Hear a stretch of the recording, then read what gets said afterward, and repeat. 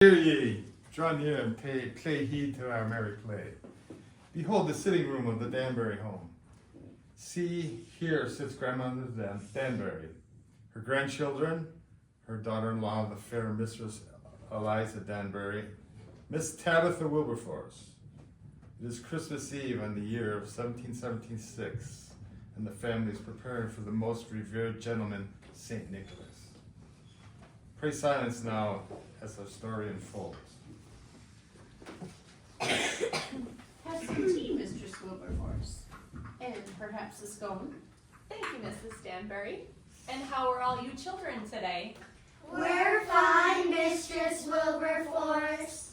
They just finished their singing lessons. Singing lessons? My. Of course, I never took lessons myself. No, indeed. I have been blessed with perfect pitch. Indeed. Oh, yes, la. But it takes all my strength to keep refusing those offers from the Reverend Mr. Playfair to sing solos in church. He does go on so. Of course, it just embarrasses me. But he will go on so. He's not the only one. Did you say something, Eliza, dear? Oh, no, Tabitha, no. Oh, I wish I could sing like you. Of course you do, dear. You sing like your little cat. Oh, none of that now. Remember, St. Nicholas comes tonight. Aunt Eliza, Yes. do you think Jonathan will be home for Christmas? Your brother, Jonathan? Oh, I don't know, dear. He's off fighting in the war, and he can't come home whenever he chooses. Why? Well, General Washington needs him. Your brother is a very important man. He's the bravest man in the whole army, isn't he, Grandmother? I'm sure he's very brave, dear. This is a terrible time to be fighting. My brother Miles is in the war. He's a captain. My brother, you know, Miles, Captain Miles Wilberforce. Yes, we know, dear. We know. When does St. Nicholas come? Oh, not for some time. You'll just have to wait. But I can't wait. You'll simply have to. Aww. Oh, none of that now. No long faces on Christmas Eve, if you please. After all, St. Nicholas watches over the little children, and he sees when you're being naughty or sullen. He does? Why, yes. Isn't that right, Mother? Indeed. When I was a girl, St. Nicholas would come with his imp, Black Peter. And Black Peter would look at all the children, and when he found a naughty one, he would dig into his bag and give them a lump of coal, and that would be their Christmas present. Did you ever get a lump of coal, Grandmother? Oh, certainly not. I was a perfect child and never gave my parents any reason to scold me. He did leave some coal for my brother, though. I bet he leaves a lump of coal in your stocking. No, he'll not. I've been very good. All right. Now, that's quite enough of that. St. Nicholas can do anything. Can't he, Grandmother? Oh, I suppose he can do just about anything. Then maybe he can bring Jonathan home from the war for Christmas. Oh, sweet dear. I don't think he can do that. But Grandmother just said he can do anything.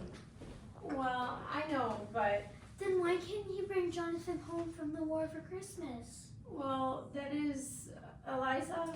Oh, well, children, what Grandmother is trying to say is that although St. Nicholas is a magical person, a very magical person, he, Tabitha. What they're trying to say is that there's a limit to even what St. Nicholas can do. Yes, that's exactly right, children. It's like something my brother used to say. You know, my brother Miles, the captain. Captain Miles Wilberforce. My brother. We know, dear, we know. St. Nicholas will bring Jonathan home. I just know it. I hope you're right about St. Nicholas. It would be a wonderful thing to have your brother home for the holidays, but just having all of you here makes me very happy.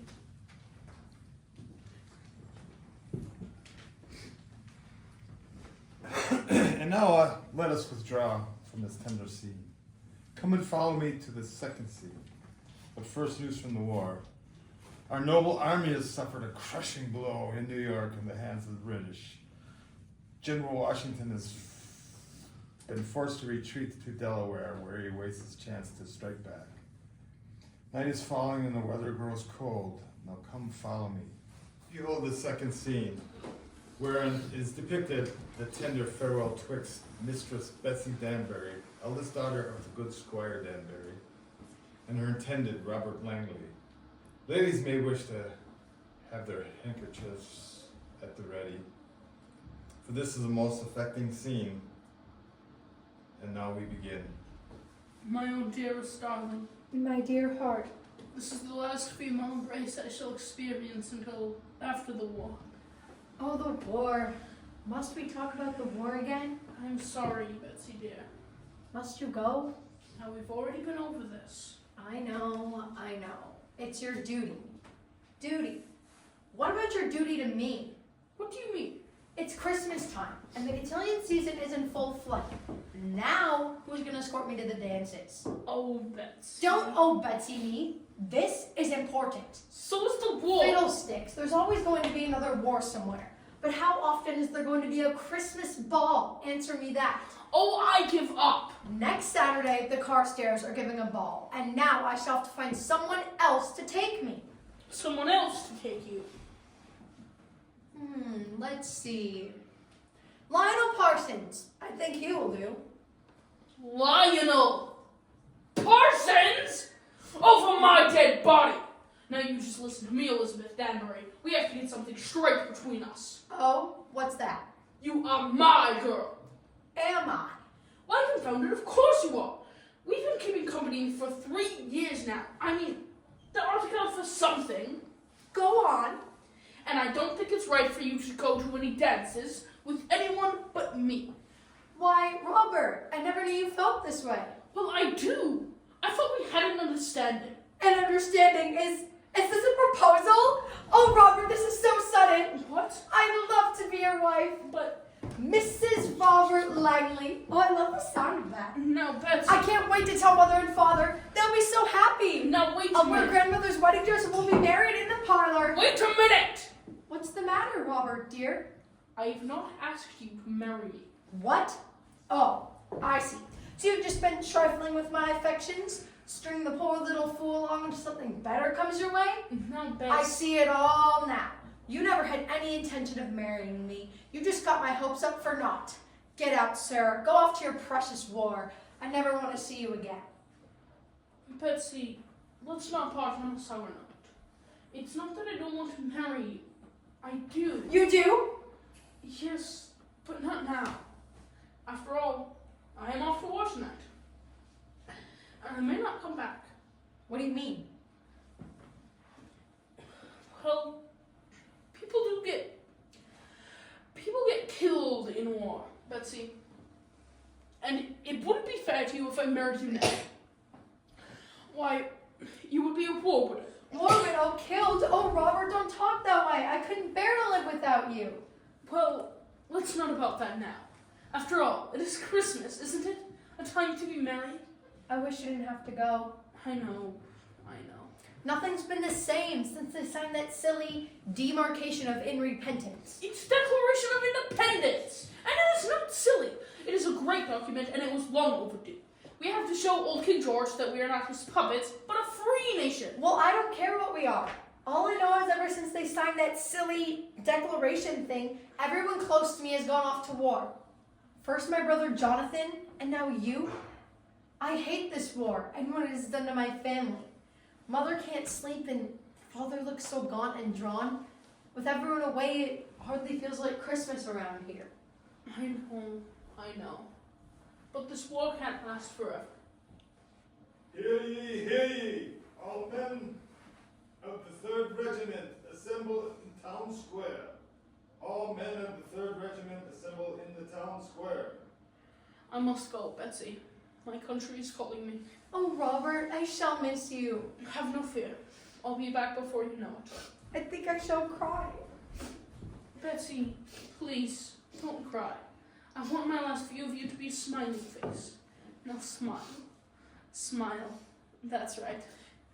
Robert, before you go, Yes? I'm standing under the mistletoe. Why, so you are.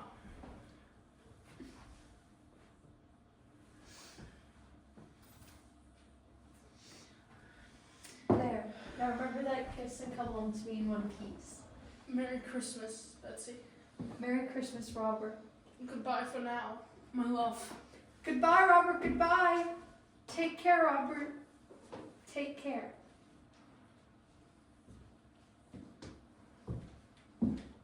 And now as you dab your eyes, let us adjourn to the next chamber.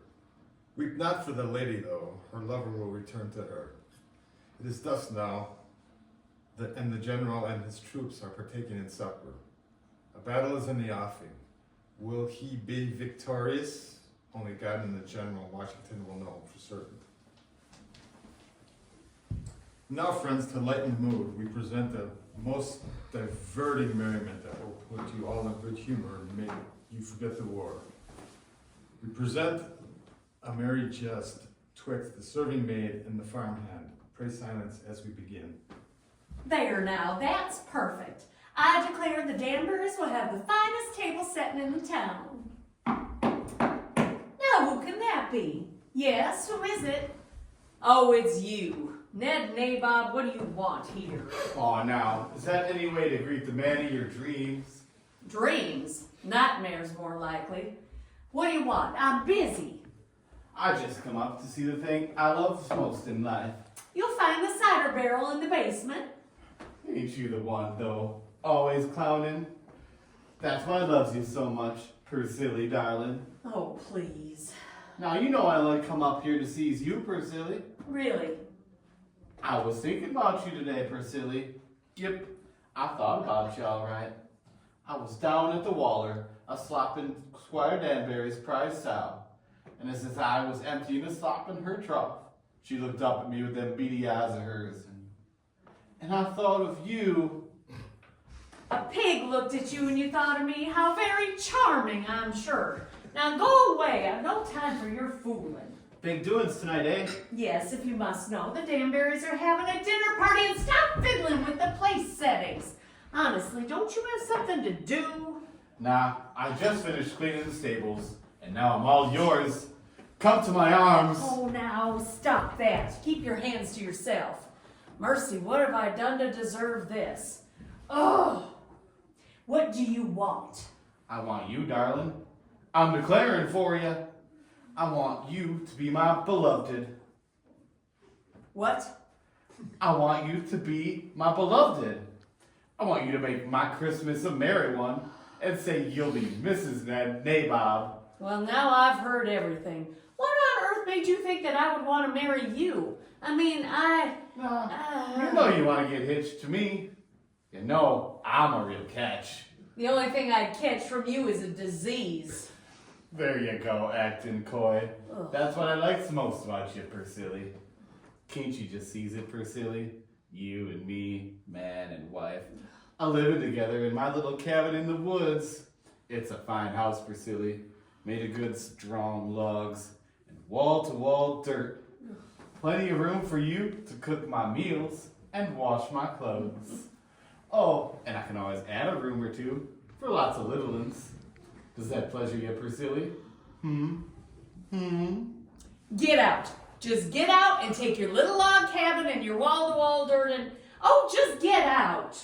Persilly, I kind of get the idea you ain't in too good a mood today. If you must know, I feel bad for the squire and the mistress. Oh? What's the bother in them? What's bothering them? You mean you don't know? Young Master Jonathan is off in the war. Young Johnny? Why, grannies, seems like only yesterday I was teaching him how to hold a rifle the right way. And now he's a soldier. And everyone is worried about him. Hardly seems like Christmas around here. What with the master looking so tired and the mistress in a weepy sort of mood. Persilly, would you miss me if I wasn't here? Are you going somewhere? Well, you never know. I might have to go off to war myself. General Washington is always needing soldiers, you know. Our army is suffering enough without you adding to the mix. Besides, General Washington needs able-bodied men, not addle-pated men. What do you want with a shiftless farmhand like you anyway? Don't talk so foolish. Oh, you just stop your flattering. Ugh, I give up. So you'll be mine, Priscilla, and I'll give you the Christmas present I done brung for you. Oh, I don't want any present. I know that would get your attention. What did you get me? Not so fast. First, say you love me. Keep your old present and get out. All right. We're gonna haul off and give it to Mary Putnam. You know, the cook over to the Linwood place. Just up the road a piece. She's kinda sweet on me, is Mary. Yep, kinda sweet on me. Well, I like that. You say you love me and then you go and want to give my present to some hussy. You certainly are fickle. Frickle? What's that mean? Never mind, just give me my present. First, tell me you love me. Come on. You can do it. I love you.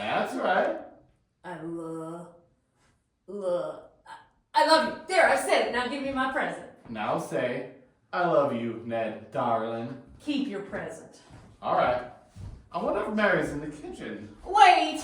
Oh, I'm gonna hate myself in the morning. Ugh. I love you, Ned. Darling. Darling, now give me the present! No, don't get so anxious. Your face is all red. I knew it looks good, though. Give me the present! All right.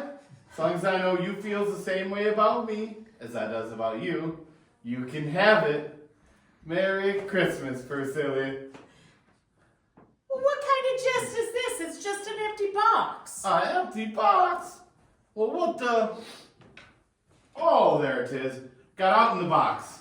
What got out of the box? Well, I know you has a hankering for nature and aminals and such truck. So I got you a little wet mousey. Oh, and there it goes. A mouse? Get him out of here! Oh, don't carry on so. You'll scare the poor critter. I'll do more than that if he comes near me. Where's the filthy beast? I don't rightly know. Wait, there he goes. Oh, get him, Ned! Get him! Oh, Dad, burn it. I lost him. How could you bring a mouse here on Christmas Eve of all nights? The Danburys are having a dinner party tonight. Hold still, Priscilla. He's on your foot. Get him. Hurry. I'll just stun him with this here broom. Oh! There he goes. Right out the door. Well, that's that. Give me that. Now I'm going to stun you. Hey, be careful there. Somebody may get hurt. Probably me. Get out! Say, Priscilla, where's my Christmas present? I'll give you a Christmas present, all right! A most diverting bit of whimsy. Now come to our final scene, wherein we shall meet the squire and the mistress of the house. It is near midnight now. General Washington and the army is advancing on British forces in Trenton. We wish him Godspeed and hope that he will be victorious. Please follow me. And now our final scene. See, there sits Thomas Danbury. The war and his son's involvement in the war weigh heavily upon his brow. You shall soon see his lady wife Martha. She too suffers greatly as a result of the war. December 24th, 1776. A cold day. The snow has been falling since the forenoon. My mind is hardly upon the season. I find lately that all I do is dwell upon my son Jonathan. War is a terrible scourge. This once busy town has become as quiet as a tomb ever since the young men have gone off to war. Will life ever return to normal again? Thomas, are you still up? What time is it? Time is now 11:45 p.m. The weather is cold with snow flurries. News of the war. Heavy fighting is taking place in the town of Trenton. Many casualties were reported on both sides. General Washington's troops are triumphing. That is all. What are you doing up so late? Just making a few notes in my journal. Been neglecting it lately. Mine's been on other things. I know. Are all the children in bed? Yes, long ago. I had a little trouble. They're so excited about St. Nicholas, bless them. You look tired, Martha. You should go to bed as well. Honestly, I'm fine. I'm just gonna sit here and read, and you can finish what you were doing.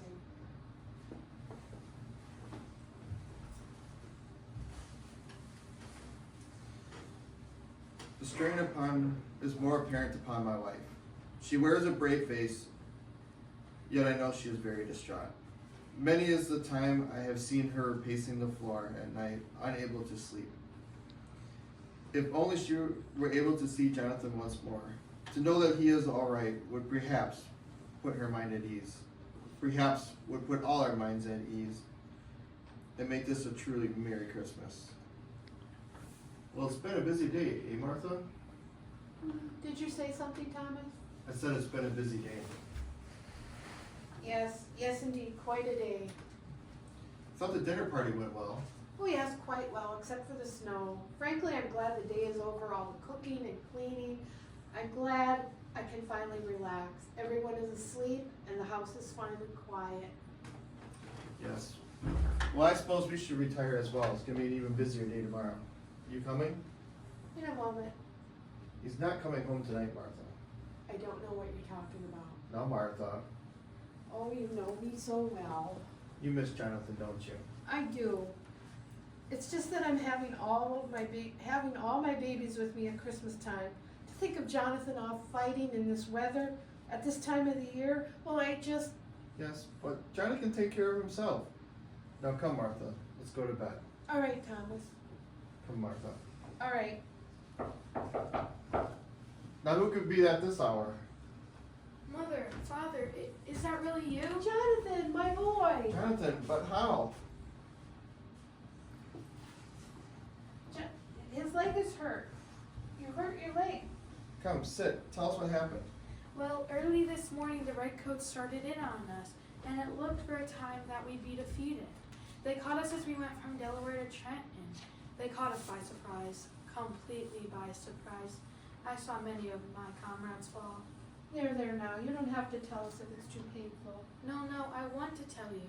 It was a surprise attack, but we were able to hold our own at the end. But then I got hit in the leg, and since I couldn't move fast enough, they put me in a wagon with other wounded men and sent me home. So here I am. I am so happy to have you back where you belong. Oh, my prayers have been answered. This is the best Christmas I could ever ask for. Suppose we should continue this in the morning. I'm sure Jonathan's tired from his long journey. Oh, of course. Come along, Jonathan. Your room is ready and your bed is looking forward to you. Bed? My bed? Oh, it's going to be wonderful to sleep in a bed again since I've been sleeping in the snowbanks. Are you coming, Thomas? In a moment. You two go along now. Good night now. Good night. Good night, Father, and Merry Christmas. Merry Christmas, son. Come, Jonathan.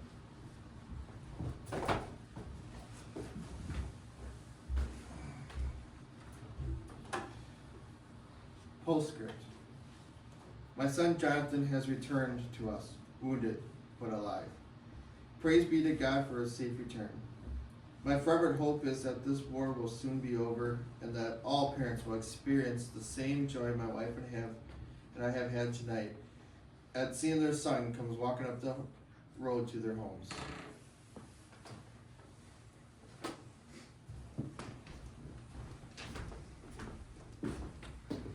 News from the front.